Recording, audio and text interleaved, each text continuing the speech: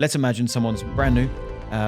They've been wanting to launch a YouTube channel for a very long time, and they're saying, this is the month, I'm going to do it. I'm going to get my channel launched. I would say in 2026, if I was like investing in YouTube and I really wanted to do it properly, I would spend more time in the data, getting smart and learning as much as I can from my current audience, and then sweating the 1% decisions, really focusing on splicing and spinning. Once something becomes a playbook and it becomes common knowledge, at that point, it's no longer the prescription for success. And you've got to be on the cutting edge. You've got to be willing to consider ideas that are beyond your level of comfort or beyond what other people are already talking about.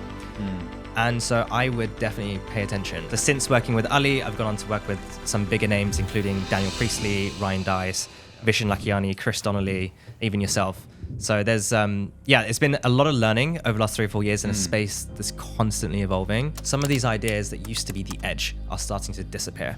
YouTube has remained this constant. It's been really interesting watching that throughout everything. It's been saying the same thing. I see Facebook suppressing posts. I see Instagram making it hard as well. YouTube's just over here just saying, put great stuff on here and we will promote you and show you to more people. So for people watching this podcast, the thing I really want to inspire them to do is really think about what are their unfair advantages? What credibility do they have that nobody else has? How can you manufacture scarcity around the video that you're creating, but you're also building on a pre-validated content idea to begin with. And what you end up with is something that's more unique and hopefully more valuable to the right person that you're trying to reach. This is really where I think the new edge is. It's no longer a moat just to be able to copy what works, because everybody's trying to copy what works.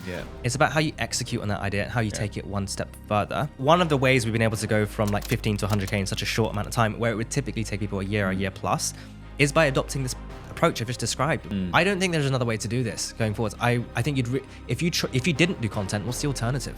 This is going to be such a fun conversation, and selfishly, I'm excited for this because I'm going to learn loads.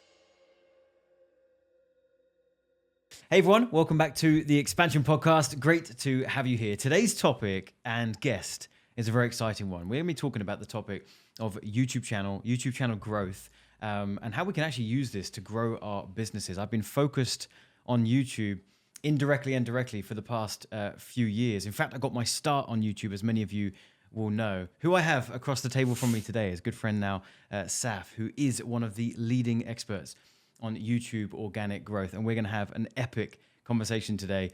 No doubt it's going to be awesome. You've consulted with some of the biggest names. I imagine we'll probably get into some of that.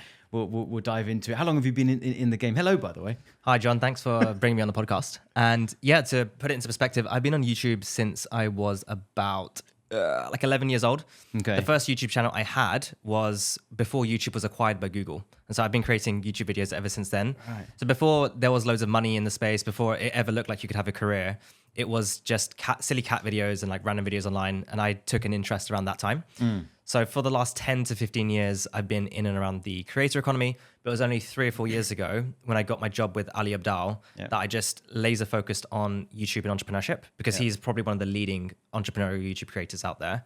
So since working with Ali, I've gone on to work with some bigger names, including Daniel Priestley, Ryan Deiss, Vishen Lakhiani, Chris Donnelly, even yourself. So there's, it's been a lot of learning over the last 3 or 4 years in a space that's constantly evolving. But I live and breathe this stuff. It's what I do first thing in the morning and the last thing before I go to sleep.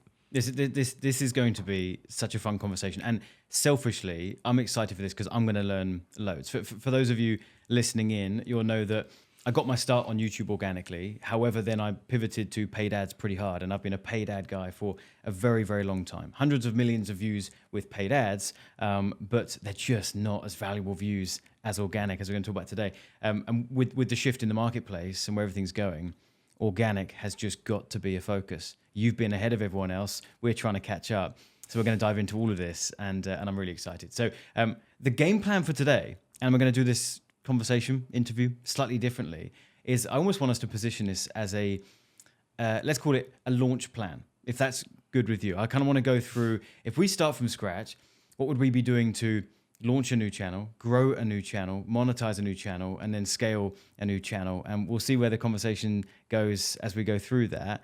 Firstly, does that sound good? Can we? Yeah, that sounds great to me. Let's do it. Okay, awesome. But before we do that, take me back. How did we get into this? You just mentioned 11 years ago, or a long time. You've been in the space. We first got connected because me and Ali Abdaal did a coaching swap. We had a day where we said, hey, you come in and help us with organic YouTube, and we'll help you with the back end paid ad stuff, conversion stuff that we're good at. He arrived at our office with an entourage, and and you were in that entourage. And in that meeting, I remember we were sharing some of the ideas about titles and hooks and descriptions, and you were piping up a lot. I was thinking, this guy sounds wicked smart. We brought you in to coach our clients, and now here we are in this conversation. So you're doing some epic things here, and I kind of want to know, firstly, how did we get to this point? Yeah, I mean, since we had that conversation way back when in the old office, the playbook on YouTube has definitely changed and it's shifted. Right. So it's been really interesting to create videos with the people I work with, because we're constantly adapting and testing behind the scenes. So I'm excited to share some of those learnings with you today, and then you can compare how different that is to what you learned way back when. Yeah. But to give you an introduction into how I got into the space, I first started creating YouTube videos when I was in primary school. Yeah. And I would use the webcam of my MacBook to create these stop motion videos with me and my best friend, and we would add a voiceover and throw it onto YouTube. And these videos were so cringe, I didn't want to share it with my friends, so they're always like unlisted links on like private channels. But then I eventually started creating tech content, and I really enjoyed doing that. Fast forward 10 years, because I never thought I'd be able to make a living out of YouTube, because it was nowhere near as lucrative and there wasn't an economy around it. I got in to work with Ali Abdaal as a video editor, and he was hiring at the time for someone who didn't have any prior experience but was willing to do a trial task. So I had never formally had a job as a video editor up until that point.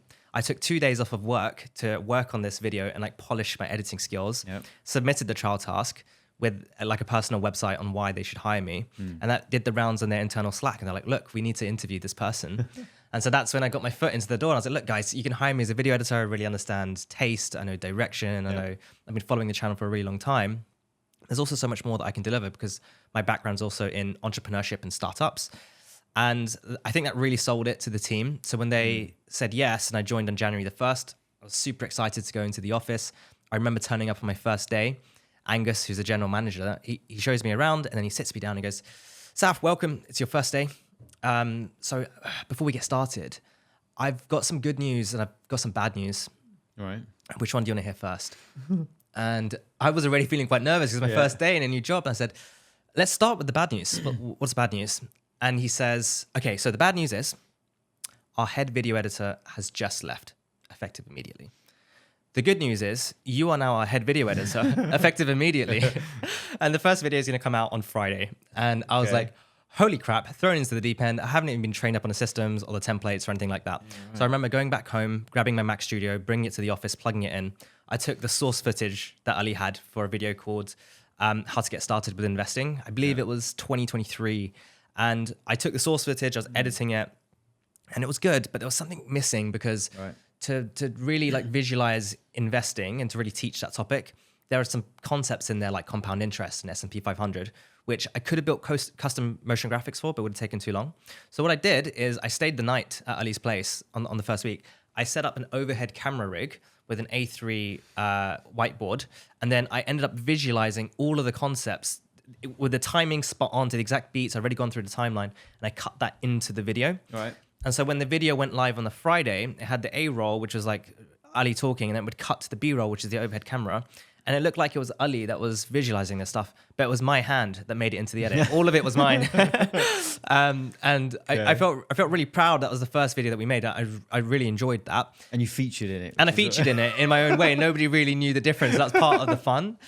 But the real, like, the thing that really stood out to me wasn't necessarily the way we cut in the A roll, B roll. What stood out to me was that video went on to do like over 1 million views very quickly. It's probably on way more than that. Right. And at the time, I didn't have the language to put my finger on why that had done so well. Okay. But when we took a step back, you would see the year before when Ali made the same video in whatever the year before was, it had performed really well. And then the year afterwards, it had done very well as well. And so there was this theme where you could take the same video topic for 2022, 2023, 2024. And there was so much demand for that topic, and it seemed to resonate. It was such a good value proposition that people would continue to click. Right. And so from that point onwards, once we'd identified that was a pattern, what then happened was that we started to look for outlier content. So we'd use a tool called 1 of 10, where we'd be able to identify what kind of content on YouTube overperforms relative to the median views that a channel would typically get. And so we could look at it for Ali's channel, but we could look at it for other people's channel. And so we, for Ali's channel, another example was how to get started with a YouTube channel. And we tweaked the title, but there'd be a big value proposition about how to get started for YouTube, which would also happen to connect with Part-Time YouTuber Academy, which is the course that he would teach. But it would be a really good standalone video in and of itself that we'd make every year. So these outlier formats performed really well for talking head educational YouTube channels. And since then, 2023, 2024, it's become increasingly popular to adopt what I call an outlier. It's not, I don't call it, Richard, the YouTube strategist, calls it an outlier YouTube strategy. Right. And I'm beginning to notice that that kind of strategy is starting to become a lot more common knowledge. In the same way that most people who are probably watching this episode know, if you want to do YouTube, you need a good title and thumbnail, you need a good hook, you need a good idea. Yeah. This used to be like revolutionary 3 or 4 years ago. You'd be like, oh my God, I never thought of it in those terms. I thought I needed good editing and I needed a good camera. But as creator literacy has been on the rise, some of these ideas that used to be the edge are starting to disappear. And so with the work that I'm doing now with entrepreneurs, we are trying to explore what is that new edge and what does it look like? Okay. So are you saying that when you and Ali were doing this initially, the talking head style, that was almost that year, I think it's 2023, that was the year when that started to really go mainstream, or people were doing these talking head styles before, and then you and Ali jumped on it at a really pivotal moment? Ali had been doing this talking head format before, and he'd been doing it for studying content for like a few years, and he sort of like pivoted the value proposition over time. But I would say Ali really pioneered that format, which is to really talk to the camera. It's almost like a listicle in the way you go through it. So he was able to systemize that content. And so many creators have now copied that format since then because it's very effective. But yeah, I think it's become increasingly saturated since Ali's done it. But I certainly didn't pioneer it. I sort of came in at a time when he was exploring a lot of the productivity and entrepreneurship stuff. Yeah, got it. Okay, so I've got loads of questions emerging, but I imagine they're going to come up as we go through the chat. So for now, a little bit of pre-work before we get into talking strategy and let's make a plan. A little bit more pre-work. There's a lot of people that try to do the thing you just said. You said, we're looking on the channel, we're looking for outliers, we're looking for clues, we're looking for why something's popping, why something's not popped, what can we learn from it? So many people are trying to do that, ourselves included, me and Pete, the content director behind the camera. But we still get things wrong. So what is it about the way you're doing that analysis that you think is actually accurate and working well? And at the same time, what is everyone else getting wrong when they're trying to do that same level of analysis and just not quite hitting the mark? The thing with your YouTube channel is I think you guys are good at finding the right ideas, but sometimes it might be the execution and the way you go about executing it, which might be slightly off. So it's probably worth taking a step back to look at it in two parts, which is the strategy and the execution. On the strategy side of things, there is a lot of data that you can find on YouTube itself and through YouTube Studio, through research, which you can use to really understand and validate if there is legs behind a certain video idea. What I'm really trying to understand is what kind of value propositions are working well on YouTube, and they can be broad. And when I say broad, because when I work with entrepreneurs, the broadest categories are like making money or saving time, or it can be a lot more specific. It could be something like, give me 26 minutes, I'll teach you how to hire, or words to that effect. It could be really narrow. But you can try and validate that using an outlier first strategy. It's probably the easiest way to do it is to install one of 10, the Chrome extension. You can passively consume this content, or you can go to YouTube with search terms and do a lot of research, which is what we do when we relaunch a channel. And then the other side of it is the execution. And with the execution, this is really where I think the new edge is. Because there are so many AI tools that help you to replicate titles and thumbnails so quickly, and because there are so many YouTube creators now, it's increasingly competitive. It's no longer a moat just to be able to copy what works, because everybody's trying to copy what works. It's about how you execute on that idea and how you take it one step further. So for people watching this podcast, the thing I really want to inspire them to do is really think about what are their unfair advantages, what credibility do they have that nobody else has, how can you manufacture scarcity around the video that you're creating, but you're also building on a pre-validated content idea to begin with, and what you end up with is something that's more unique and hopefully more valuable to the right person that you're trying to reach. Okay, got it. So then one more thing before we dive in. If you were having to sell the audience right now on why this is a good time to start, what would that be? Why is this a good time to start? Oh man, that's a great question. Okay, I think this is a good time to start because we have recently relaunched Daniel Priestley's YouTube channel 3 months ago. Yeah. We started on 15,000 subscribers. It's now reached 100,000 subscribers. Which has been really frustrating to watch, by the way. It's been really frustrating when people ask, can I recreate it as well? Daniel Priestley is obviously like, he's your entrepreneur's favorite entrepreneur. So he's got that effect. Yeah. But one of the ways we've been able to go from like 15 to 100K in such a short amount of time, where it would typically take people a year plus, is by adopting this approach I've just described, which is taking an outlier first strategy, but instead of just wholesale copying and pasting it, how can you apply a spin on it that only Dan could teach? The first video we made leaned on something only Dan could teach. He'd been on Diary of a CEO 6 times. Yeah. What was it like to go behind the scenes? How did he prepare for it? How was he able to generate $10 million off the back of his appearances? And then the second video was a pre-validated format that we'd seen elsewhere through Ali's friend Micaiah, who made this video format and did very well with it. Right. But we wanted to add to the hook, and we wanted to add to the thumbnail text that Dan had the credibility of launching 3 businesses from 0 to $1 million in 12 months. So that we already knew that. And so that was what we tried to inject. So I think now is the best time to take action, because once something becomes a playbook and it becomes common knowledge, at that point, it's no longer the prescription for success. And you've got to be on the cutting edge. You've got to be willing to consider ideas that are beyond your level of comfort or beyond what other people are already talking about. And so I would definitely pay attention and like take from it what you will, because I think you can take both approaches. You can just do an outlier strategy. You will get views. Yeah. But if you want to be a creator leader, not a follower, I think that's where you really have to go one step ahead. Yeah. And just for those listening that aren't familiar with this term, outlier strategy, just very quickly break that down for us. Yeah, I don't have a succinct definition for it yet, because I use these terms all the time. Yeah. But hey, so say there are 10 videos on a YouTube channel, and they average 50,000 views. The median views on this YouTube channel is 50,000 views. One of them gets 100,000 views. That would be deemed a 2x outlier, I believe, using the methodology of 1 of 10. I know that sounds really jargony. What I'm trying to say is an outlier is a video that has performed disproportionately well relative to the average for that person's current audience.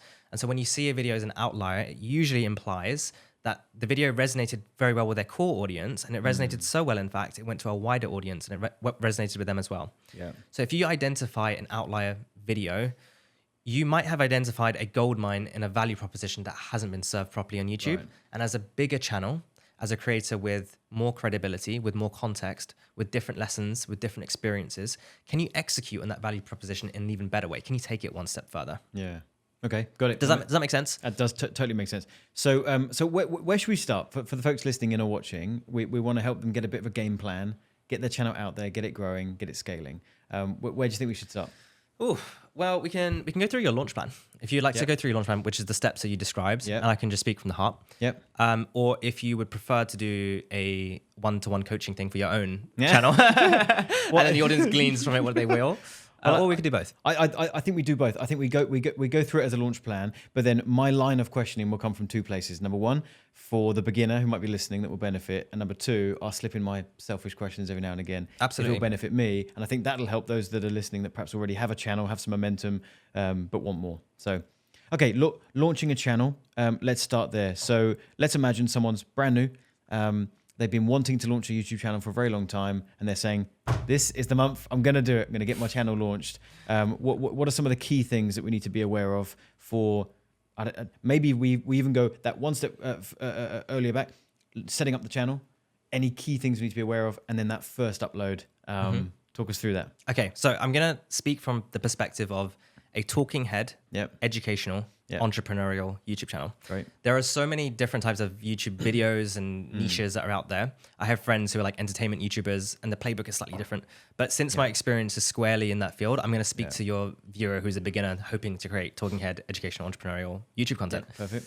So with that in mind, when I speak to people and they want to start to do YouTube properly, and they haven't set up a YouTube channel yet, the first step is to set up the YouTube channel and start creating content and putting yourself out there. Okay. The reason it's important to start creating content without overthinking the strategy is because you're going to get more comfortable with showing up in front of camera, and you're also going to get more comfortable with distilling ideas into something which is more hooky. It's better for a YouTube first audience. So Yeah. there are so many people I've spoken to who are very comfortable on a stage. They've gone on stages and they can deliver a really good talk. They might have written a book before, and you'd be forgiven for thinking, wow, this person's been on a stage and written a book. Surely they'll crush it in front of a camera. Yeah. But it's a different skill set. Yeah. The knowledge is the same.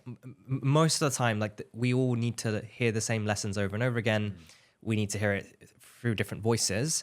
But how you show up in front of camera, I think, is everything. How do you translate the knowledge into a YouTube first format so that someone can watch it on their mobile or in their car or on their TV, whatever it might be. So getting in the reps, like, you know, I'd say between 10, 20, 30 videos where you're showing up in front of camera, that helps you to practice the muscle. I often find that creators I work with who haven't done this before, it looks like doing therapy in front of the camera. Because they're having to overcome all these limiting beliefs. They've got so many filters that are in the way, needs to help them to remove that. So a lot of the work that I do with people where it is that early on, I'll be sitting behind the camera and I can see that they're like really overthinking something. I'll be like, okay, let's just take a breather. Would you like a cup of tea? Yeah. What are you trying to say? Talk to me. Don't talk to the camera. It's like, okay, what I'm trying to say is deliver it so damn well. I'm like, great. Right. Now you got it out. Can you deliver that to the camera? Yeah. And so that's the shift, and that's the journey and the work that they have to go through. Yeah. So my recommendation is always to start with like creating content first. Yeah. Which is probably not the response people want to hear if you're starting from scratch. Yeah, but it's that consistency thing, isn't it? You get started, you get consistent, you get better. So so one question that's come up on this step one then is there possibility to be confusing YouTube in terms of if we're trying to find our feet and we're uploading loads of different stuff and loads of different topics, we're trying to show YouTube that we want this audience. Is there a possibility that you confuse who YouTube's showing you to? It is a possibility if you have a random set of value propositions. Right. You're like, I want this channel to be based around me and my interests. And that means it's going to be TV shows, it's going to be music, and it's going to be business. Those are three entirely different value propositions. Yep. And so you're going to attract and grow an audience of different people. Reality is, for your first 10 to 20 videos, you're not going to build that big of an audience because of the curve looks something like this before it goes up. So really, you can unlist those the curve videos. is a line. The curve is a line. Yeah. Until it goes, okay, to put it into perspective. Yeah. And there's no shortcuts around that. Yeah. Okay. But provided that you are clear on the value proposition you want to teach, and it's going to be an attractive channel for the right person, where all of those videos could be something that they could learn from. That's probably going to be fine, and I wouldn't overthink that too much. And do you have any tips for how someone could decide what those starting topics are going to be? So, for example, for me, I feel like I've got loads I could talk about. Loads, actually. Even within marketing, there's loads of topics I love. Then we could move into business. We could go deep on sales. So I would go, well, even just my default is I've got loads. So what's your advice for someone that's like, I kind of want to get started, but I've got loads of choice? So I would distill it down into a statement, which is I help X to do Y. And you can change X and Y for all sorts of different things. Okay. And when you have a list of those viewer wins, it could be like 5 or 6. It could be, I help solo freelancers make their first 10K a month online, or it could be, I help I help Asian men get back into the gym, or something like that. And you could have like a whole list of these different viewer wins. You will probably find that a lot of them tie in together, and they're kind of getting at different things from different angles. But just having that on a page will help you then to be able to filter and remove the ones that don't make sense. But also just helps to bring peace of mind around, like, look, I'm a complex person. I have loads of interests. How the hell do I fit that into a YouTube channel? How do I show up? But when you see it in a list and you see it in such a simple framework, I help X to do Y, it starts to make a lot more sense. And then when you have that list of statements, you can then craft your channel statement. And your channel statement is, the goal of it is to combine all of those viewer wins into one thing. It should promise a transformation or a dream outcome. It should have a sense of, I have a lot of credibility around this topic. You can trust me, and I'm going to teach you how to do this thing. It's really worth you subscribing. And when you have the combination of those two things, you have a lens now through which to be able to create content. Suddenly, content is not unmotivated. It's not just video for video's sake. It's video in service of this channel statement and the viewer wins, which I've already outlined. That gives you a tremendous amount of confidence going in. Yeah. Okay, very good. So step one is define what you want your channel topic to be about and stay within your lane, and then just practice 10, 20, 30 videos, get comfortable with it feeling uncomfortable in the beginning. Okay, so step two?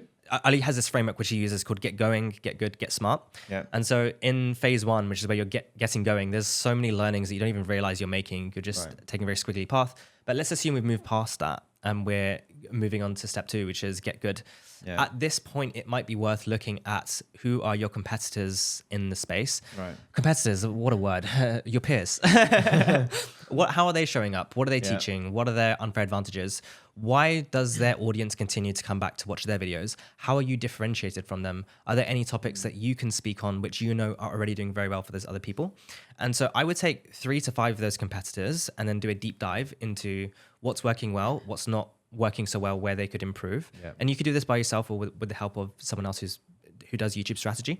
And then it will help you to be able to figure out how you want to show up. One, because you can see a list of video ideas that you can now try that are pre-validated, taking an outlier first YouTube strategy. But then 2, you can figure out where are the gaps on the frontier where you can fit, where there's a space for your voice. Yeah. And just because someone else is talking about something and it sounds very similar to you, it doesn't mean that you can't make it, because your voice is going to be, as long as you're not copying them wholesale, it's going to be different.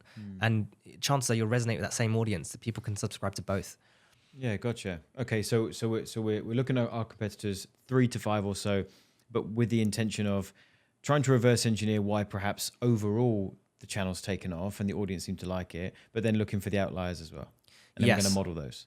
I think so. There's something to look out for here, which when I've spoken to people about looking at different competitors and who do you like, I often see like the same names come up over and over again, because people look up and admire the same YouTube channels. Right. It might be Alex Hormozy, who has been a success on business YouTube for a while now.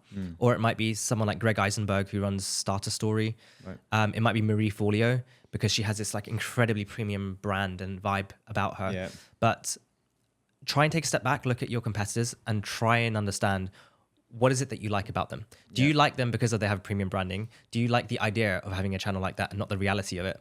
Because some of these channels take very different YouTube approaches to the ones that you might want to take. Yeah. So just because you're doing a competitor analysis is not, try and distinguish, is this an area of interest, or is this coming from a place of value proposition and how you're showing up? Like, are these the people who are in my space?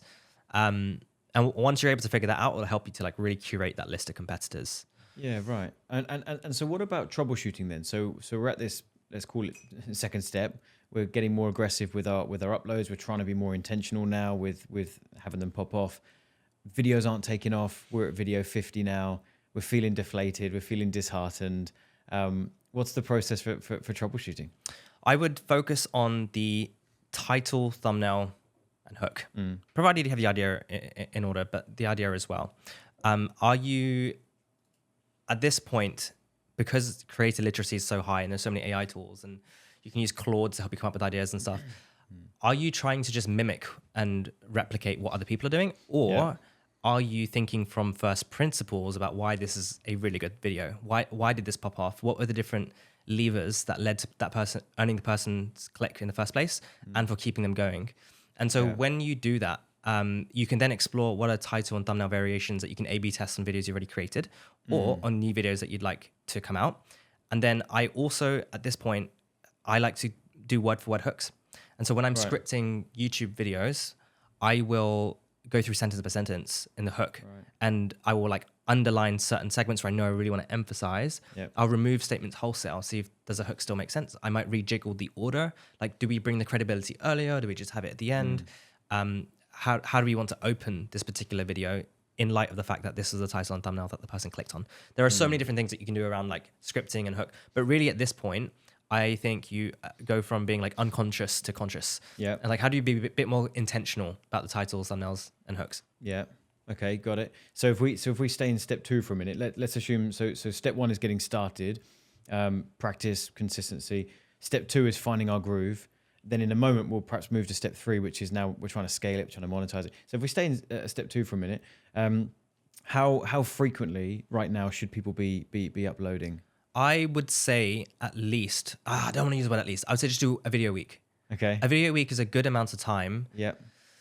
Because it takes a lot of work to make a YouTube video and to make it good. And so you can double that and you can try and pay down your ignorance tax way quicker. But you have to think about the trade-off is resources. Do you double the amount of editing capacity you have on your team? Do you spend more time script writing? Yeah.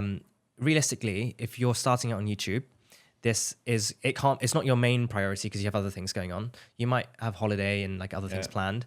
And I would much rather you commit to one video a week and have some in the backlog that means that you can have a breather and it's a bit more sustainable than it is to go for two. I mean, in the context of a long form talking head educational YouTube video with a really big value proposition, I think one a week is really good. That's what I do with everyone I work with anyway. We do one video a week for 6 months with the view that first 2 months is about data, collecting data. Second 2 months is about finding what works and doubling down. And the final 2 months is like going to town. But that's 6 months with a YouTube team. I think for people doing it by themselves, like it takes over 400 videos to get to your first 10,000 subscribers. Okay. So that's a lot. If you did a video a week, that's a really long time. So like to put it into perspective, the flat line of the curve can go on from 6 months to a year to 2 years. Depending on how quickly you learn and level up and get help. And you're saying that's a stat, that's a fact. That's the average. Takes someone 400 videos to get to their first 10K subs. Yeah, that was a stat from TubeBuddy, which Jamie Rawson posted a couple of years ago. Which when I see stats like that, I go, okay, that's the average, and I'm unwilling to be average. So I want to beat that. So what gives us the best chance of beating that? The best chance of beating that is getting help. Right. I think if you're trying to do everything by yourself, you can either beat them on time or on money. And since time is finite and you probably don't have a lot of time to dedicate if you're spending it on other things, investing in people who've been there and done it before.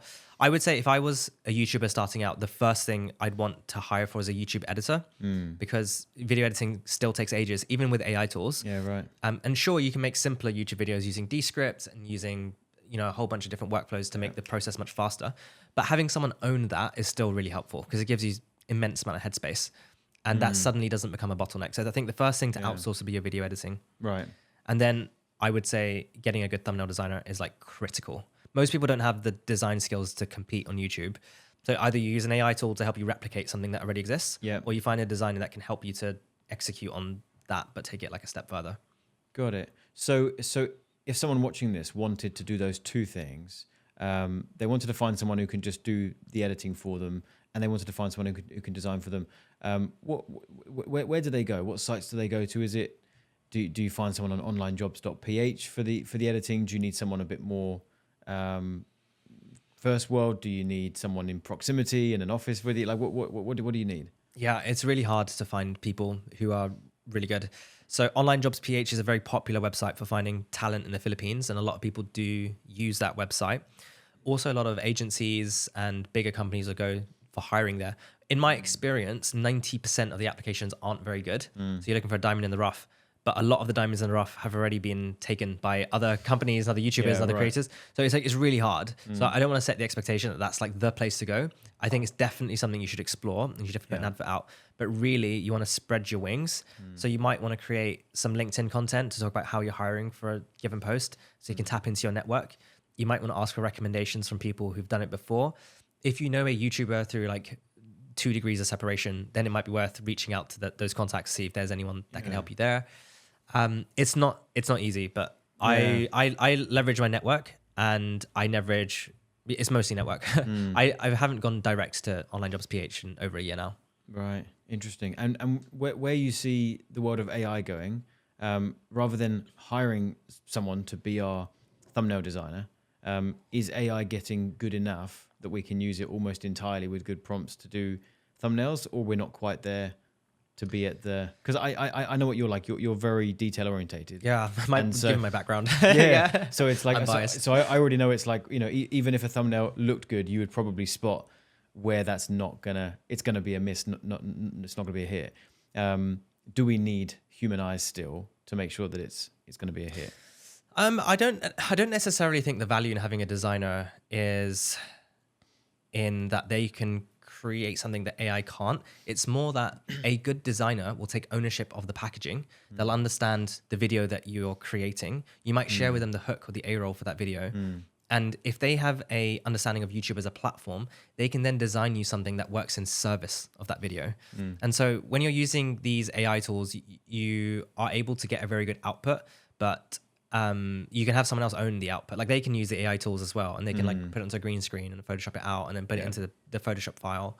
So I mean, like the TLDR is I'm still experimenting, exploring with these AI tools, and like you see Nano Banana Pro is like created some like absolute epic stuff like recently. Yeah. So I think I'm still exploring and experimenting, and I think a lot of people in the space are. It's probably going to get to a point where you can use AI to help you do something, and then you can just execute on the speed of thought. But as of right now, I still find it really helpful to have a designer and someone to take ownership over the whole thing. Yeah. One thing I will say on AI as an observation, as it relates to YouTube, is AI can be incredibly helpful in my workflow as it comes to crunching numbers and data, because it's very good at identifying patterns. It can be very good at doing writing, because it has like a humongous data set, whether it's your own or what's available online. So you can do script writing and really explore different structures, different hooks, different variations. You can ask it to rip apart a script that you put together. So for data and writing, it's often very good. We're starting to see it with image, right? Where it's going to do, I think at some point it's going to be very good at image. But in my experience, I haven't quite got there yet. And I think the last frontier is video. But I don't know how close we are to video. I think it's still a little while away. Okay. So even with having that knowledge and having maybe some scaffolding around which you can think about AI, it can be really useful then to be like, okay, fine. So I know that there is an existing use case for crunching numbers and writing, but it might not quite be there for the photo yet, but maybe we can still explore it. And then for the video, maybe I'll hire an editor. That might be a helpful step for some people. Okay. So let's imagine someone's got some help with editing, got some help with thumbnails, and they do want to fail faster and learn quicker. Is there any disadvantage doing 2 videos a week, 3 videos a week, 4 videos a week? Are we going to get penalized for that in some way? Or is it just quite simply your concern is you move to that and quality drops? Yeah, I don't think there's a disadvantage. If anything, it might be an advantage because you're able to collect more data points. And I don't think you'll be saturating your audience with 2 videos a week. I think there's lots of creators who do take an approach of 2 videos a week. Right. There is a friend of mine who did part-time YouTube Academy called Azul Wells, who creates retirement content, and he just films it with a front-facing camera. Right. He has a team of about 10 video editors in all sorts of different countries that he gets all of them to edit in a completely different style. Right. And he posts it to his channel. He's had astronomical growth. He's grown really fast, really quickly. Right. But he's an example of a creator that's taken a very different approach to the talking head, educational, entrepreneurial creators who like to be a little bit more polished, think about their value proposition, think about how they're breaking down certain concepts, which requires a bit more time. Yeah. And so for that particular audience, I found it's quite hard to do the 2 videos a week approach. Maybe someone like William Brown is like in the middle where he's teaching big topics, but he's very happy to have his cup of coffee and just like talk straight to the camera. You can do 2 a week. Yeah, so I think there's a spectrum here where there is some trade-offs that you got to think about if you choose to do one or the other. Yeah, right. Because I even see some people on YouTube doing 1 video a month. And so, for example, there's this guy, I forget his second name, Caleb something, big orange beard. Oh yeah, Caleb Ralston. Oh, yeah. Not orange. What's his name? Caleb Ralston, I believe is his name. Yes, and he's doing like 1 video a month, but then every month that video pops off. And I watch that and I go, but how have you got a large enough sample size to even learn what's working for your channel and your audience to make sure that 1 single video a month is actually going to pop off? Yeah. Or is there some strategy in the fact that because it's 1 a month, the audience is waiting in anticipation for that one? I mean, how does that work? I mean, you can't compare like a beginner creator to Caleb, who's been working with Alex Hormozy on his YouTube strategy and like countless other creators. Right. So he understands the game so much so that he made a personal branding masterclass that was like 8 hours long, which was completely unheard of. It's like the biggest value proposition is like, I'm going to give you a course for free. And you click on the video and it's like absolutely incredible the way it's shot and the way it's broken down. Yeah. So, you know, if someone else was to do 1 video a month without having the learnings and the experience that Caleb had, it's hard to expect the same results. Yeah. I'll give you another example. You could look at James Johnny. When he was creating content on YouTube, he would do it like once every 6 months or sometimes once every 9 months. But every time he made the video, he got millions of views because it was this documentary explainer. Okay. He poured so much time and effort into it.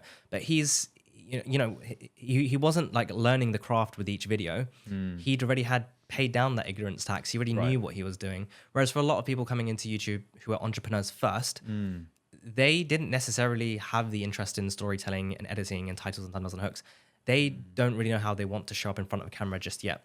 Yeah. They're not used to being in front of the camera, used to being behind the camera. Yeah. And so for those people, it kind of makes sense to practice your skills and doing it once a week. Yeah. Okay, that does make a lot of sense. So it sparks a question that's now a selfish one for me. So let's say, because I've got, at the time of recording this, 55,000 subscribers on our main channel. We don't get that many views. We're having fun recording them. We're having a good time. We've learned a tremendous amount at this point. Is there ever a moment where you then suggest starting a new channel and taking all of the lessons from the previous one, and now you have a fresh start, taking only the best of what you've learned?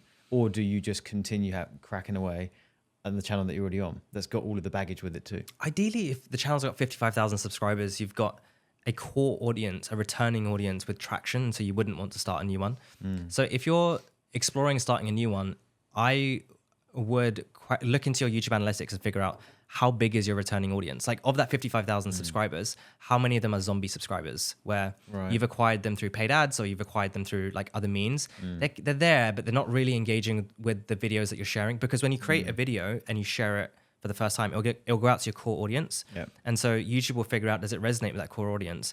And if it does really well with them, is a higher click-through rate, is a higher average view duration, then it will surface it to a wider audience. But sometimes it can be really hard to get to that wider audience if the core audience you're working with is quite low quality. They came for something else many years ago. You have like run lots of paid ads on the account, which means that you've like attracted the wrong types of people there. So those would be the kinds of questions I would look into and I would question first before starting a new channel. Okay, so let's workshop this just for a minute then. Sure. So we've been going at this channel since 2019. And back in the beginning, we would have been producing content that wasn't for the ideal avatar that we're after now. And we have wondered this. We've wondered whether we've built a subscriber base, that core subscribers on the channel that YouTube's pushing out new content to see if they like it. We are wondering whether that core group is actually not our avatar now, meaning our new videos are not resonating, therefore it's not being pushed out further. Is that quite simply a possibility? What was the ideal avatar in 2019 versus now, if you had to describe those two people? I would say back in 2019, we were experimenting a lot more. So perhaps going broader, trying to go viral. So we weren't speaking to a very specific avatar as we are now. We were just kind of doing anything and everything. We're trying to go really broad. We're copying other people's, modeling other people's stuff. And so it would have been a more beginner audience, a more beginner entrepreneur, someone who perhaps is trying to think of what their business idea would be, not so much an established, coach now, which is who we're after. And did those videos perform well for you in terms of views? And were you quite happy with how those broader videos had performed on the channel? Sometimes. I remember we would do some videos that were, looking back, it's not really my style, but it might be like a, entrepreneur goes and buys his first Rolex or whatever. And it's like we're doing a video around that because we're just trying all these different things. And I remember that video in particular doing actually like pretty good. And we would have got some subscribers from that. And then there's other videos like that. So, but now if I'm posting a video about something I actually really enjoy talking about, that's perfect for my avatar, like how to sell high ticket on the phone, the video won't do very well. And I'm like, is it hitting a block? Yeah. Because it's not getting out from that initial group that actually don't even like that anymore. It's tricky to disentangle, and I think it is probably a process where you have to sit down and go through your analytics and look at some numbers to be able to figure it out. But I mean, the value proposition doesn't seem that far away. It's still entrepreneurship based. And if you remember, Alex Hormozy went super broad with his videos, and he went a little bit more niche, then he went a little bit more broader, then he made like a second channel, which is kind of like the offcuts. And that channel has continued to grow and experience sustained growth. Whereas based off of what I know about your channel, and at least in the last few months from recent memory, is you guys try to increase the volume as a way to try and pay down ignorance tax faster, try and test what's working. But maybe you were saturating your core audience with the same ideas, which felt very repetitive. So what would it look like to pare it back down and go for one video a week where each value proposition was very clearly differentiated in the feed? It felt like I'm going to learn something new from each one rather than the same thing over and over again. Then looking at your first 24 hours or 7-day analytics to see how many viewers did you reach through the channel page versus through browse?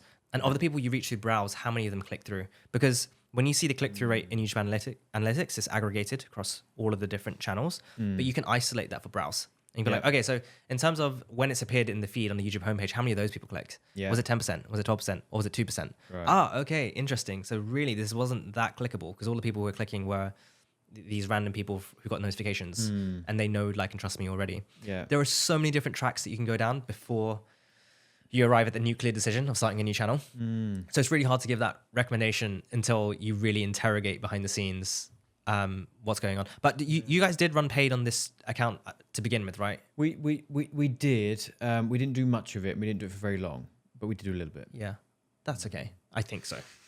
I know people who have run loads of paid, and that's been really hard to get out of paid jail for. Yeah, no, actually, to be clear, when we were running our primary paid ad strategy, that was on a completely separate channel. So we ran a little bit of paid on this organic one for a while just to get subs, that type of thing. But it wasn't for very long. Okay. Yeah. Do you think that could have hurt it? I mean, if it's just as little as you're saying, then no. But there are some people who will have driven like hundreds of thousands of impressions and thousands of subscribers.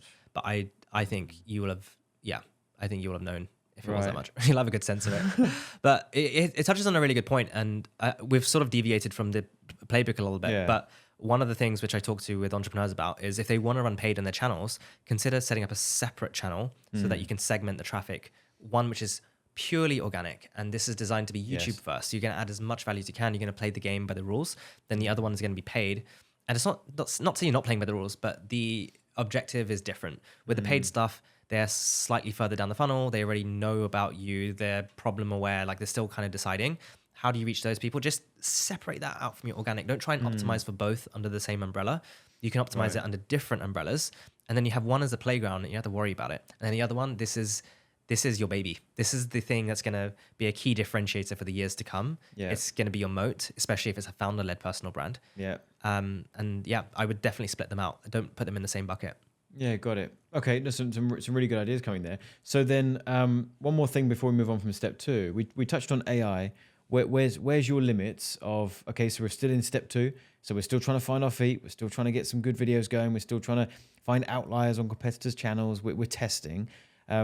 What's the limits of AI help as far as you're concerned now, as opposed to where we stop? So you said it can help with script writing, maybe a little bit of thumbnails, but maybe it's not doing end-to-end the whole video for you because maybe that's just not going to perform. I mean, yeah. Let's zoom into the video side because that's where I'm experiencing some of the limits around what it can do. Okay. So it's not able to, like, in response to a prompt, like you can single prompt a video edit. Even multi-prompt is like, I don't think that there is a AI tool out there at the moment that can help you to edit a video with the full screen pattern disrupts, understand the right camera angles, do the right, take the right examples from your A-roll, et cetera, et cetera. But what it can do is smaller parts of that process. And so I can give 2 examples where we've used AI and it's been really cool. Yep. The first one is using AI to take a shitty microphone recording and make it sound a little bit better. And so inside of Adobe Premiere, you have enhanced speech, which is one way to do it. Yep. But there are also third-party tools like Orphonic, which if you take the dialogue and run it through there, it can give you a really high quality output, an output that sounds like a mic that's right in front of you, even if that's not the case. Right. So, like, you've probably heard before that audio is more important than video when it comes to creating YouTube content, because people, they won't sit through something where they can't hear you properly, but they will sit through bad quality video as long as they can hear you very clearly. Yep. So this is something which, for every video that we put out, the first pass is, if it needs it, it goes through Orphonic to be able to rebuild that dialogue, even if it's recorded with a really expensive microphone. Yep. That's a really good use case of AI. Another really good one is if a creator has made a mistake in their hook, and it was a bloody good hook. They delivered a really good one. They just said the wrong number. Yeah. They said they're going to cover 7 AI tools today. It's actually 6. Right. It's a blunder. How the hell are we going to fix this one? There's tools like 11 Labs that if you can upload the source footage, and it doesn't have to be a lot, just a little bit, it can change the dialogue from 7 to 6. And it can even do like lip syncing and things like that if you wanted to take it that far. So we actually did that on a video and you couldn't tell the difference. It was a really good example of how in that video editing workflow, there are different parts of that process which you can do much more quickly. It would have taken you ages to re-record that in like a few years ago if you had to get the creator to do it, and it would sound really different. Same with the dialogue, to like be able to rebuild it would never have been possible once upon a time. So in terms of the limits of AI, especially within the context of video, I see the limit as you can't just rely on AI to do audio editing at the moment. You still need an editor who can own the AI tools. Yes. and they're equipped and understand how they can all feed in together, how they come into the timeline. There are loads more AI tools available, and so everything no longer sits in one timeline. And so the editors today are very comfortable with pulling music from Epidemic Sound, B-rolls from your personal Google Drive, getting stock footage, using AI tools, tying it all together. Right. And what about things like AI avatars and things like that? Are we too early for that? How much longer do you feel having a real human in every video is important? Is it always going to be important? Is it going to be even more important now as people know that things are AI? Like, where do you think that's going? That's a really hard question. I haven't thought enough about that side. It's less about thinking about it. It's because I think there are just so many variables. Yeah. It's hard for me to say. I think there are probably really good examples of AI avatars that have done really well. Yeah. But then on the flip side, we are probably in a trust deficit economy right now, and people want trust more than ever. It might be too prescriptive to say like whether it would do well or won't do well, because I can imagine for different use cases, AI avatars will crush it. And for other use cases, especially if you're trying to sell a service, a product or a service, if that's your primary goal, then it might make sense not to have an AI avatar. But who knows? People might get comfortable with it. They're like, I've got an AI avatar, you got one. Let's just let our AI avatars meet and we can be at home. Yeah. Okay, cool. All right. So let's assume that step 2 is getting to 10K subs. We've got some momentum. Things are looking good. Feels to me like there's 2 tracks we can go down. Step 3 in part is, okay, how do we scale that now? How do we grow to perhaps 100K subs and increasing our reach and our presence? And perhaps even the other path is when and how do we start to incorporate monetization? Yeah. Because I would only assume you'd say in step 1 and step 2, don't focus on trying to make money from the channel, right? It's yeah, like I wouldn't. Not from the very beginning, because whatever money you do make from AdSense is not necessarily going to mean you can quit your job and get passive income if that's the goal. Having said that, there are lots of very small channels that will sell their own products and services as CTAs in their description. Yeah. And if you can do that organically, then definitely do that if you have a good product or service that you can offer to your audience. And you can, that can be very lucrative from the beginning. And so if you do choose to take that approach, try to make sure it's an organic plug. Rather than like this episode is sponsored by, and try and include one link in your description. This is a lesson I learned from Oscar Owen, who is another strategist based in Dubai. And he talks about how your YouTube description, the first 2 lines are visible before you press read more. If you think about the conversion from people who actually saw your title and thumbnail to clicking through to it, to then seeing the video and going, oh, this guy's cool, and pressing read more description. Yeah. Like there are so many steps there. It's like a fraction of a percentage point of the people who make it through. Yeah. So make it really easy for those people who make it through onto the video to see that there is a link where you can help them. Because even if they haven't made it to that segment of the video, at least you've planted the seed in their mind. Yeah. Oscar also talks about how like you can have CTAs at the end, but also you can have it at the beginning. Yeah. And he isn't afraid to do 2 or 3 CTAs within the same video if the goal is to drive leads off of the back of it. But for me, when I work with people, I try not to focus too much on driving leads off the back of the video in the first place, because I really enjoy the craft of making really good YouTube videos that reach a lot of people and help them.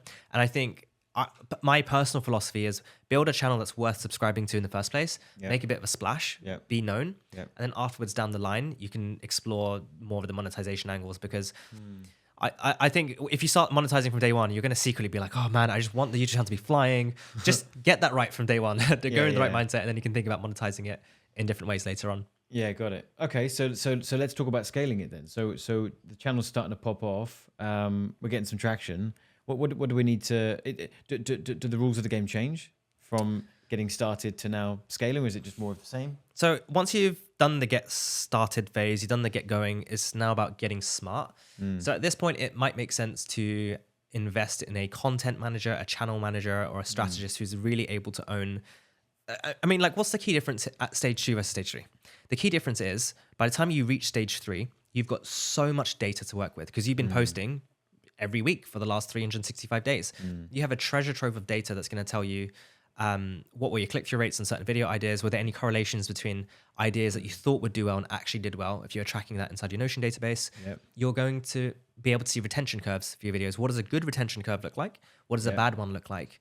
You're going to identify patterns and trends where you got spikes in your retention curves. It might be every time you talk about a case study, or it might be every time you show the stock market and you're a finance creator, that always leads to a spike in the retention curve. Those types of things are going to inform you to make better videos going forwards. So you can be a bit more intentional about how you're able to create better videos and test it. So that would be probably like step one in taking a data-driven approach. This is in no particular order, by the way, because step two is like incredibly important. You can do this from the get-go, and that's A/B testing. Right. And YouTube recently launched A/B testing for titles now, as well as thumbnails. This is such an easy thing to be able to do, to be able to find the right angles that resonate with your audience. You don't need to just post the video and be like, oh well, we can move on. If that video continues to get impressions, it's worth looking at the different angles that you can test to see which one resonates with your audience. There is so much to do around A/B testing. Like my approach with A/B testing is that if a video has a really high click-through rate and it's performing well, I won't A/B test it. It doesn't need to. I found the right angle. Right. But if impressions are starting to flatten out and the click-through rate is kind of average, I will A/B test to see, are there major variations that we can try? So these are major angle shifts. It's like, it's the same dream outcome, but we're coming at it from two different angles. And I want to test which one resonates, because one might resonate more than the other. Yeah.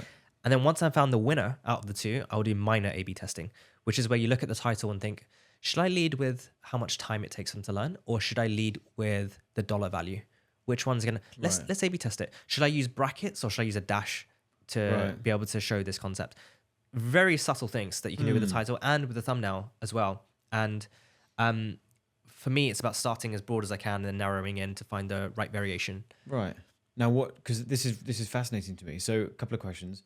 What sample size do you need for this to be worth it? Good question. With a smaller channel, it can take a long time to get statistically significant results. YouTube will often finish the test when it thinks it has a significant result. But if you have enough traffic and impressions on the channel already, I can end that test early, because I know I have it's a huge swing. It's a 60% watch time share in one direction. I don't need to wait for the test to finish, in the spirit of testing and learning quickly, because I've done it many times. I've got a better gut feeling of like when to stop it and when to give it a little bit more time. Yeah. But typically, like the first day, you might log on to YouTube Studio and see there's one winner. Yeah. And then like come back like maybe, I don't know, a few hours later or the next day, and it's swung in the other direction. And so right at the beginning, it's a little bit more chaotic, and then it starts like narrow in. So I wouldn't switch it too early, but I also wouldn't wait 2 weeks, because that's just too long to be able to test an idea. At that point, the velocity of views has started to plateau. Yeah, right. Well, that was going to be my next question: is in what time frame are we trying to get all of this done before we're kind of, like you say, just plateauing off? Yeah. So when I launch the video, I'm usually monitoring it around the first 3 to 6 hours, and I want to make sure this is really resonating with the core audience. The click-through rate for your core audience is different to the click-through rate for your broader audience. They're two different numbers. So don't just look at the channel-wide click-through rate and think, oh, that's a good click-through rate. No, for your core audience who already knows, likes, trusts you, they consume like 2 or 3 of your videos every month, their click-through rate is going to be higher. So you might mislead yourself into thinking that you've got a way better click-through rate than you should have. For example, if you typically expect a 12% click-through rate in a core audience, and you see it at 10 in your first 3 hours, and you're comparing that to your channel average, which is 5, you might think, oh, wow, we've doubled our click. That's a wicked video. But actually 12% is what good looks like for your core audience. Right. So really have a think about, have I missed the mark over here? Should I be leading with John's face in the thumbnail rather than the guest's face in the thumbnail, because they'll recognize it better, and then we can switch it out at a later date. So that's something to think about in terms of the arc of a video, which is sort of what you're getting at. Yeah. After the first 12 hours, presuming I'm happy with the packaging and it's the best that we can do given the idea of all of these other constraints, then over the next couple of days, I'll be looking to see if the impression curve. What I really want to see with the impressions is that once they've like risen and plateaued, it resonated so well, it gets pushed out again, and you see this curve that does this and this.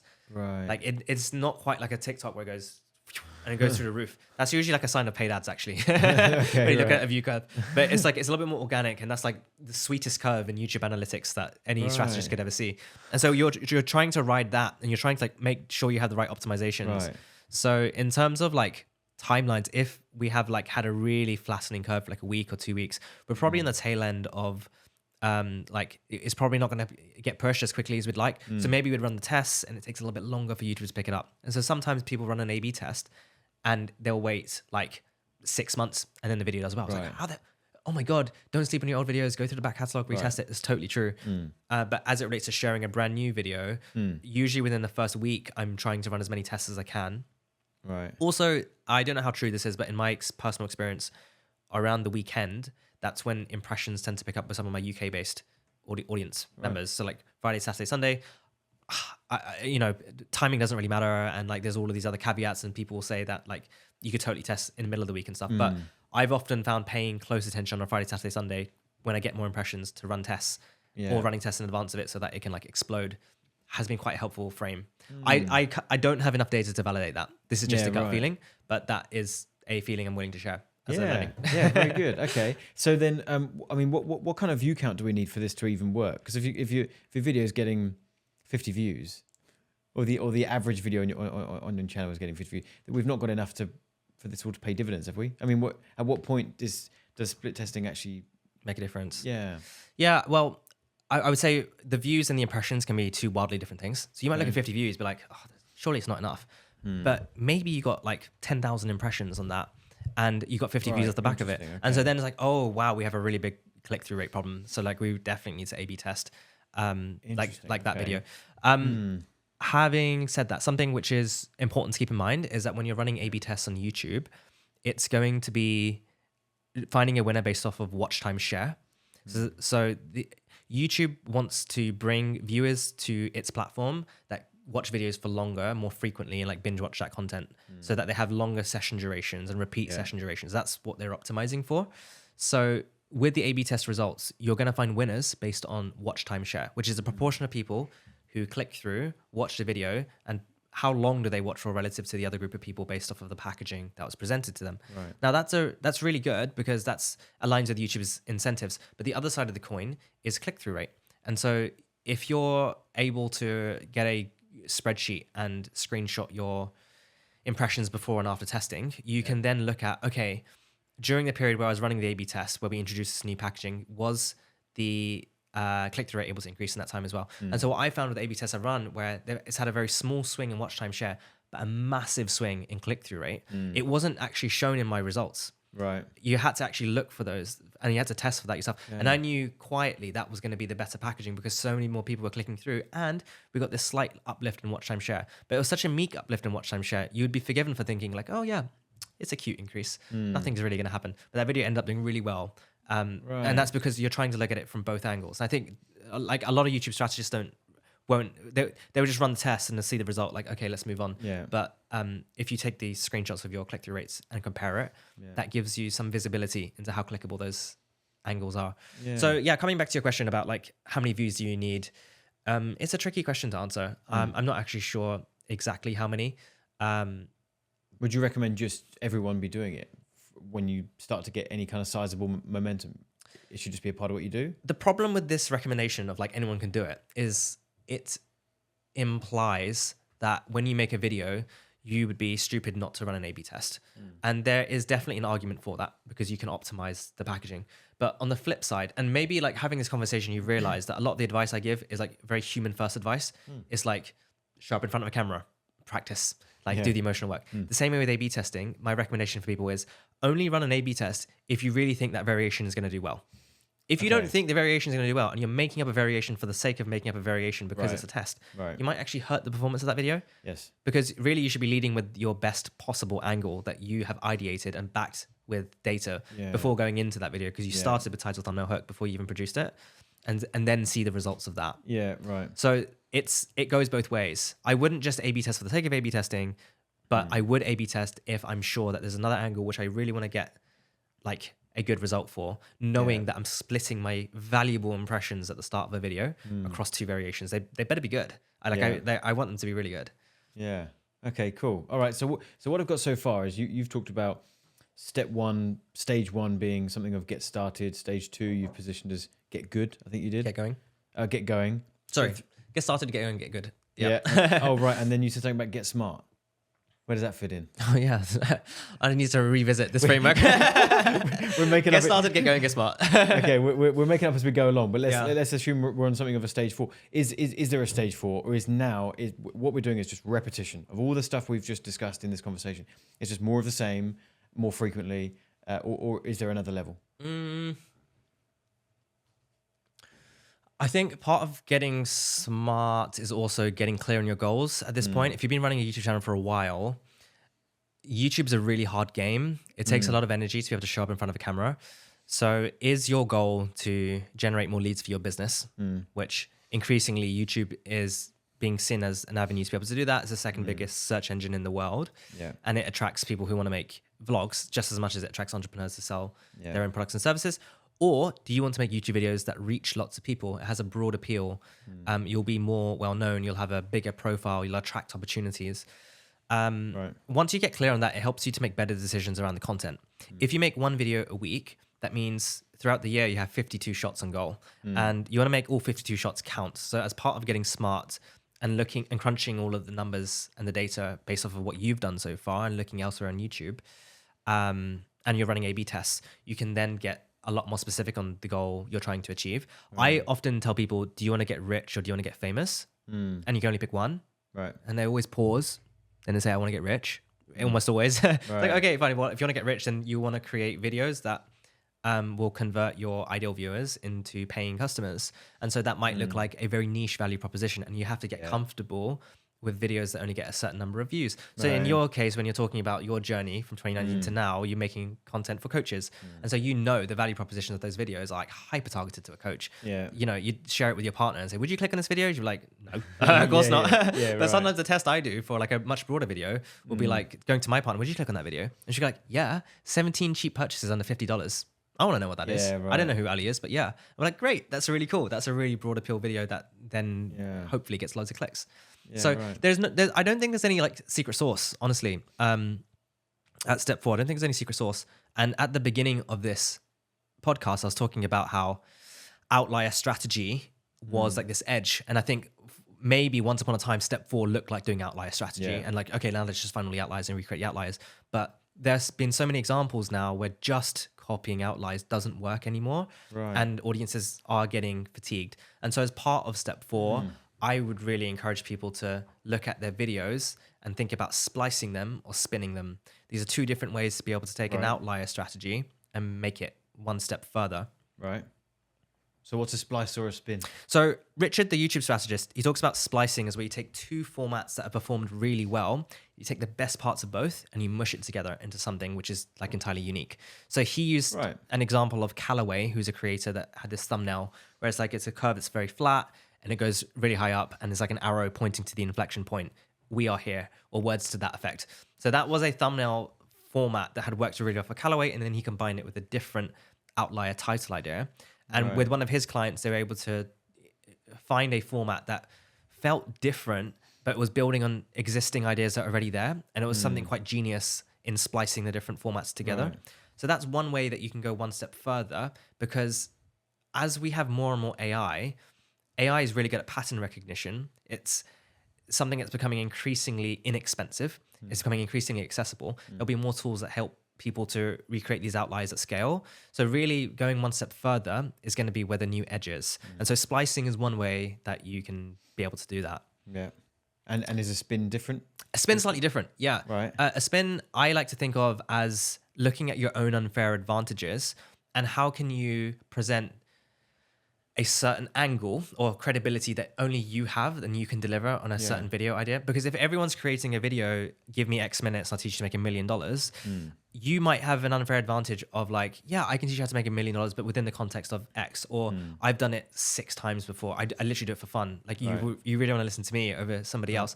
There are different ways to spin, and it's about finding your unfair advantages that you can really lean on to manufacture scarcity around that video. It's like, well, there's only one of one. There's only John's video about it.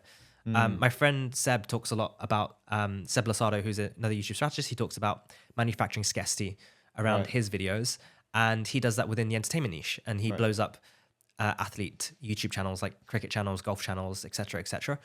And I think that's a really good way of thinking about how you can take an outlier strategy and going a step further. Can you splice it? Can you spin it? I wouldn't recommend people necessarily splice and spin in step 1.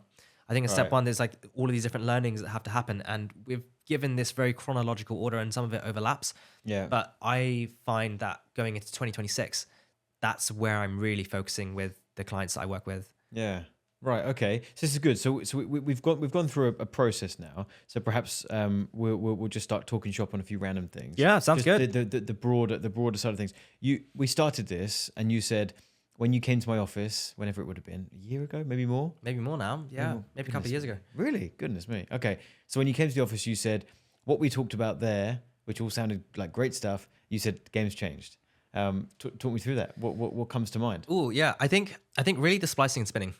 When we came to your office, there are some things that have remained true, which is when we were speaking with Ali, we're talking about like building videos with a really big value proposition and getting comfortable talking about the same topics, because people click on the same things. Like, people are more likely to click on a video that teaches them to make $1 million than they are to click on a video that saves them 10 hours from their week. One is a sexier outcome than the other. One gets more clicks.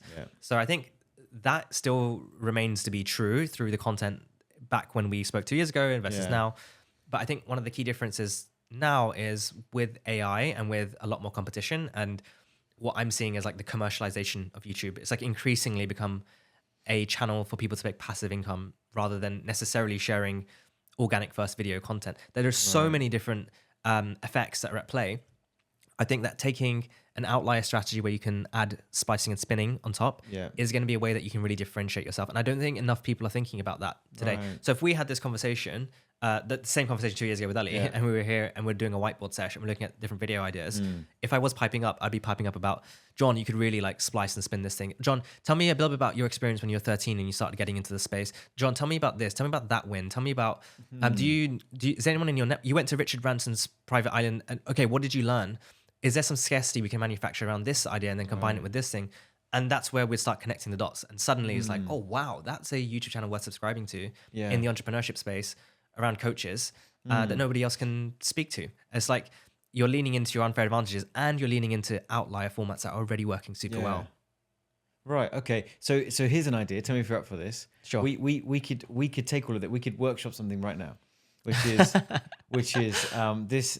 So you just brought up NECA, right? Yes. So I went on this trip. Now that is a completely unique video idea that we are still yet to do, and it's because we know it could be a good one, and it's so different to everything we've done before, which would tick the boxes of what we've discussed today. You said it needs to resonate with your initial group, needs to be something unique for them. It doesn't feel like they're just listening to the same stuff.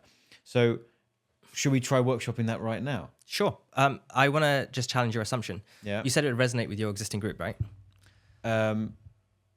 Well, I guess we'd have to find the best way for it to do so.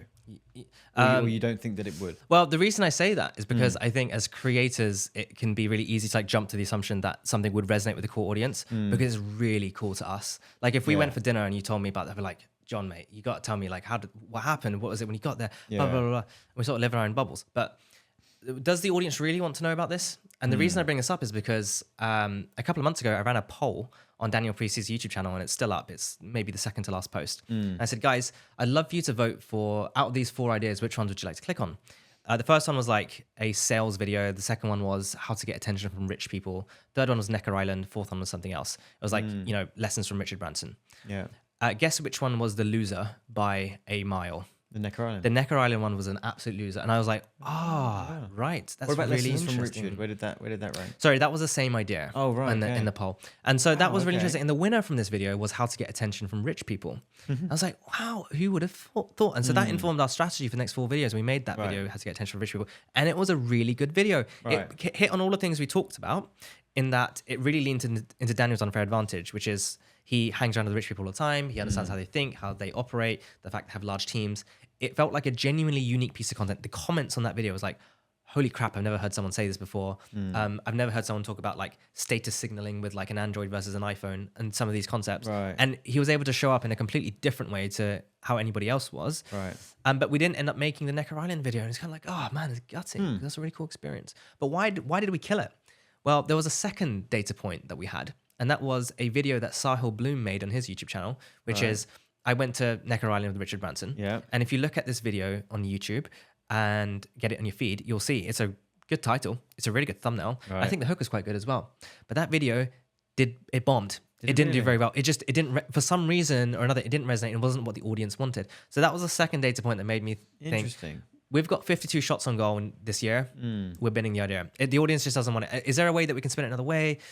There might be some reason why Richard Branson doesn't resonate because he doesn't show up on YouTube that often. Maybe people, they don't associate him with. There's all sorts of different factors. But I was really led by the data around like whether or not to make that video idea, and I really had to stress test that assumption in the first place. Okay, this is interesting. We share a love for data, so I want to make data-driven decisions at all times. So why do you think that wasn't a potential hit? Because earlier on in our conversation, you said something to the effect of, if you turn to your partner and say, "Would you click on this?"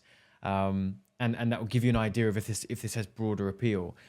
And I have, so for example, my church, for example, no one at church really tends to ask me about what I'm doing in business and things like that. And to be honest, I quite like it like that. I like keeping business and church stuff separate. But since posting about Necker and playing chess with Richard, I mean, the countless amount of people that have asked me about that. So there's interest in that topic. So why do you feel if I put that on my channel, it just wouldn't? Obviously, Daniel's audience have said no. Do you think it wouldn't work for me? Well, Daniel's audience have said no. Sahil's audience have signaled no. So I would look at those data points as proxy, because there'll be overlap between the audiences. And so if you are going to make that video, and you have a strong hypothesis because you have other data points to suggest it does do well, you can now take this into account. You're like, okay, so let's look at the way that title was framed in the community poll. Was that there's clearly an angle here that's not resonating over some of these other ideas. Okay, what about for Sahil? How did he present it? If you know Sahil, be like, Sahil, gotta look at your retention curve, see if we'll send it to you. If I was gonna make that video, because we had to, and this was like, we have an entrepreneur, founder. Yeah. He's like, dude, we're making the video. I went, okay, fine, let's make the video. The way I would approach it is looking at what's the value proposition you'll promise off the back of it. So when I spoke to Daniel and I asked him, would you like to make this video? He was like, yeah, if I can ask Richard Branson one question, it's going to be, what's the importance of personal brand in 2026? And he said this with a lot of conviction because Daniel believes so much in personal brand. His whole business, Key Person of Influence, is built around that. But I wasn't sure that people would want to pay attention to Richard to hear his thoughts on personal brand. I think there is probably other angles, other takes. There are other value propositions, different transformations, different dream outcomes that you can touch on in combination with Richard Branson that would do much better. Maybe a video which is like Richard and Daniel taking a Simon Squibb approach of like 25 years of business knowledge in like 60 minutes.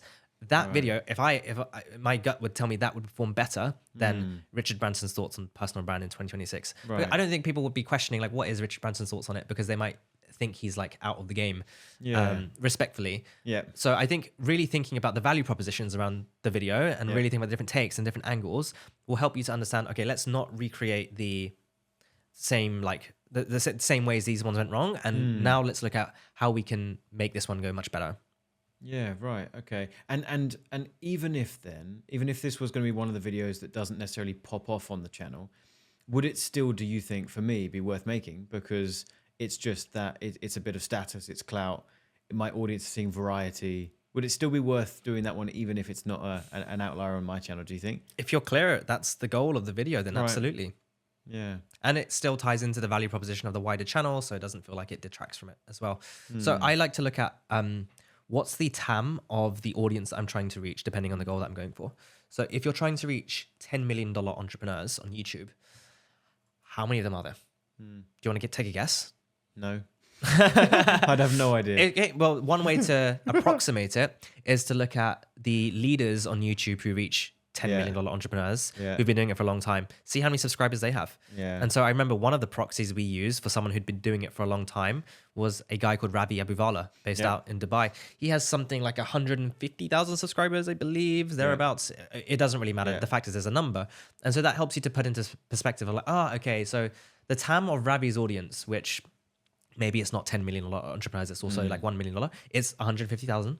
And how many views does he get on his video? His videos are bloody good. They've got great titles, great thumbnails, great value propositions, but they average 3,000 to 4,000 views a video. Okay, so knowing that, if I decide to take a similar strategy and my goals are similar to Ravi's, and I'm able to get like 50,000 subscribers in 6 months, and I'm able to get 4,000 views a video, that's actually not bad. That's actually a really good outcome, right, like all things considered. Yeah. And suddenly you benchmark your goals against what you're already seeing on YouTube, and you're basing it off of the data. So if we brought it back to that single video, I would think about, am I diluting focus on the channel by doing multiple goals at the same time? Would be question number one. And question number two is, okay, would I be comfortable to make this video and it led to this outcome because the data is suggesting that's what it might do?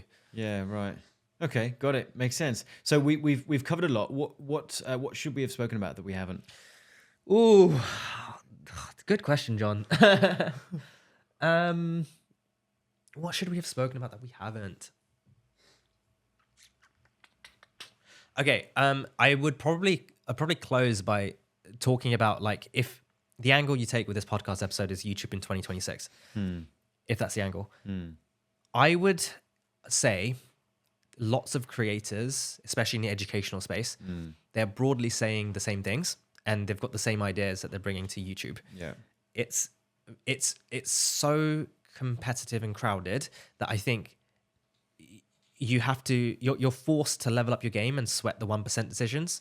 Yeah. There's no like major insight that I have or another YouTube strategist has now, in my opinion, that you can't freely find using AI, YouTube, or a course, or the combination of all three. If you put your head down and you try to learn YouTube, I reckon within 3 months, you would learn all the theory that there is to know around what makes a good video and what resonates, because we've got so much data and we've got so much creator literacy now.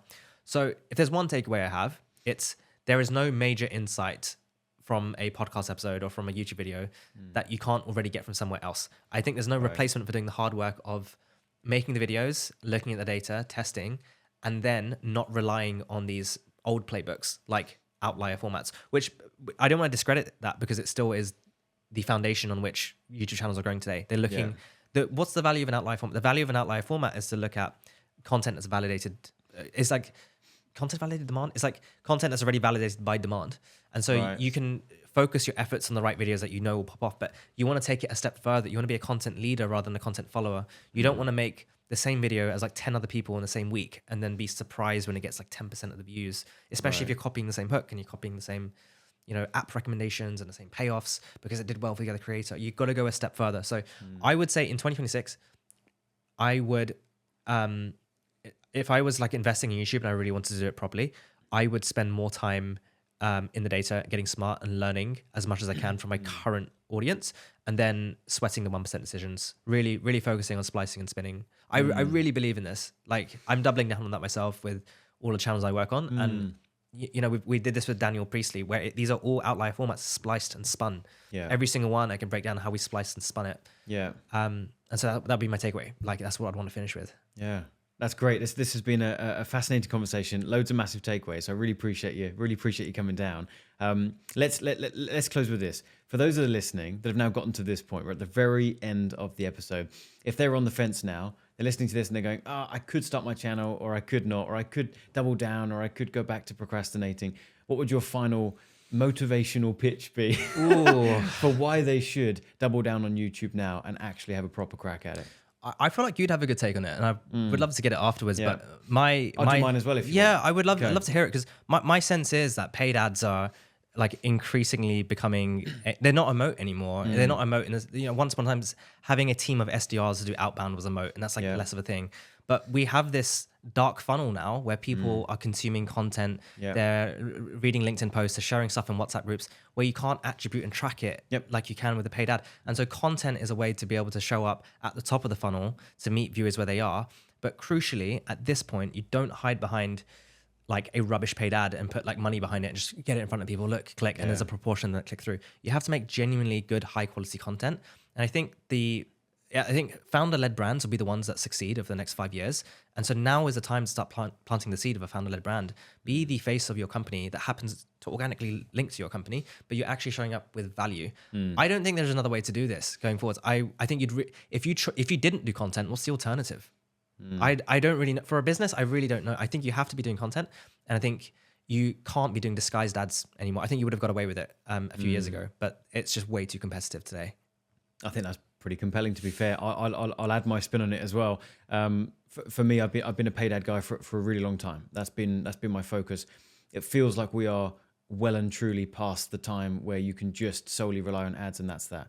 I agree with you wholeheartedly. We've got to make sure that we are adapting and adopting into our business traffic sources that we can't really quantify, but they're playing a part. We've got a concept in our coaching programs where we've got 3 different ways of getting traffic. We've got buy it, build it, and borrow it. They all feed into the funnel.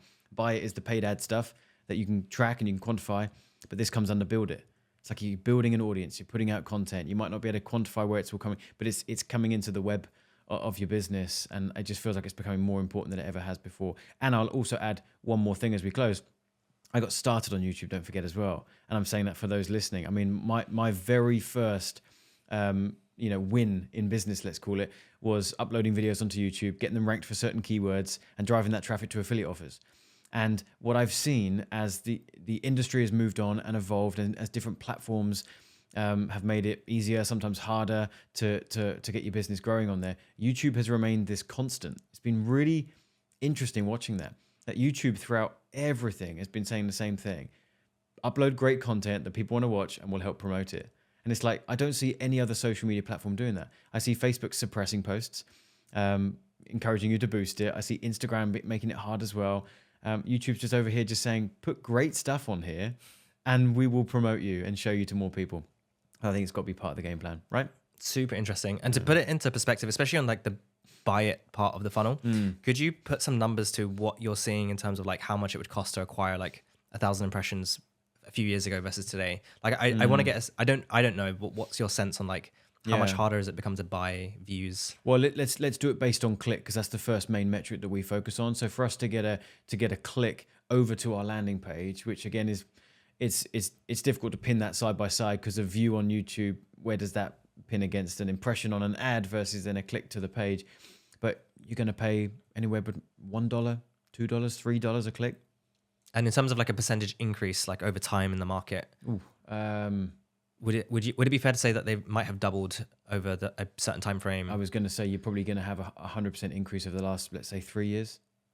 And do you ever see them going down, or would you say it continues to go up? It can be seasonal. So we just did a call with our clients, funnily enough, just literally a few days ago, and we're talking about the fact that December is one of the most expensive times to run ads, but then January very weirdly becomes like a pendulum and it's one of the cheaper.